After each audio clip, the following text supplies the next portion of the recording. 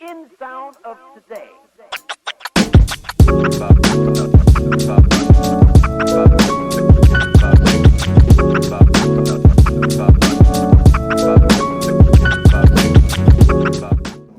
Hey there once again, this is Joel Kriska. What we're going to go over today is a fantastic exercise for your knee. It is one of the most underutilized exercises out there. I give it to patients with knee injuries all the time. It actually shocks me how little this is used in rehab or even just in, again, preventative strengthening of your leg. What we're looking at here is trying to strengthen the internal rotators of the tibia. It's a tiny little muscle called Popliteus. Truth be told, it's my favorite muscle, but that's a whole different story. We won't get into that right now. When we have injuries to the knee itself, whether it's like a heel hook or anything like that, that damages the meniscus, odds are, if it's an external rotation of the tibia, it's also going to damage the Popliteus. This muscle is responsible for many different functions, from giving you feedback of when you're getting into knee hyperextension, because it sits right on the back end here. So as the knee's hyperextending, it's giving our body feedback of when is too much, in addition to the joint and whatnot as well. But it's really, really important to make sure that we have this muscle strong and giving adequate feedback to our body. Now, the other function of it is when your leg is fully straight, it actually has a little bit of external rotation that happens. And that's like it locks out the tibia on the femur or the femur on the tibia. And the Popliteus' job here is to actually engage a little bit of internal rotation to then allow the knee to bend.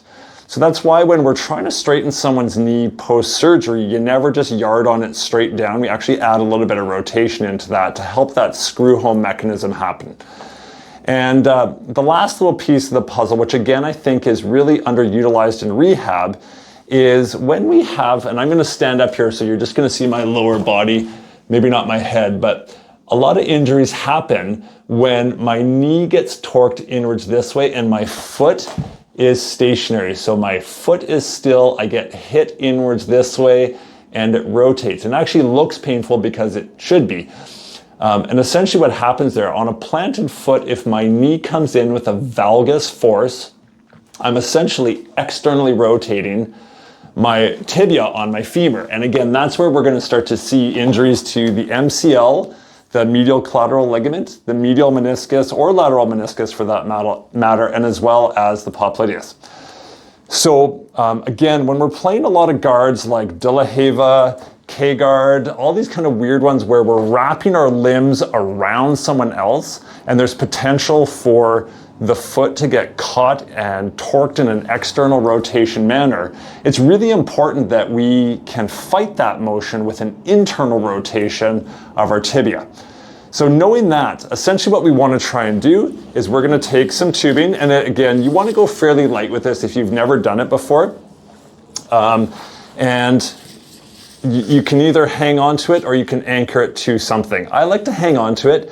That way, if it gets tired, I can sort of tend to follow my foot rather than it getting, too easy or too hard, depending on whatever resistance or length you have of the band. So I'm going to focus on keeping my knee still, and I'm pivoting on my heel. My foot's going to be up in the air, and I give it some tension like this, and I rotate outwards with the foot, and then pull in. Okay. Now, when you're looking to see, it doesn't seem like a big movement, so it kind of feels like a really weird, like, why am I doing this kind of thing?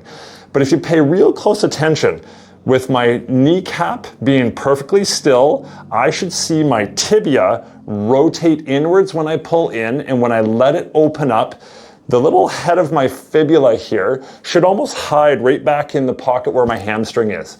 And so again, what we're trying to do is externally rotate under control and then pull back into neutral.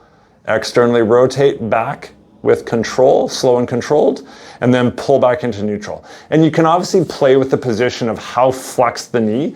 I typically get people to start at about 90 degrees when they do this. And so again, I'll be here and I externally rotate and pull back in. And I don't know if you can see it on the camera here. It's a very subtle movement.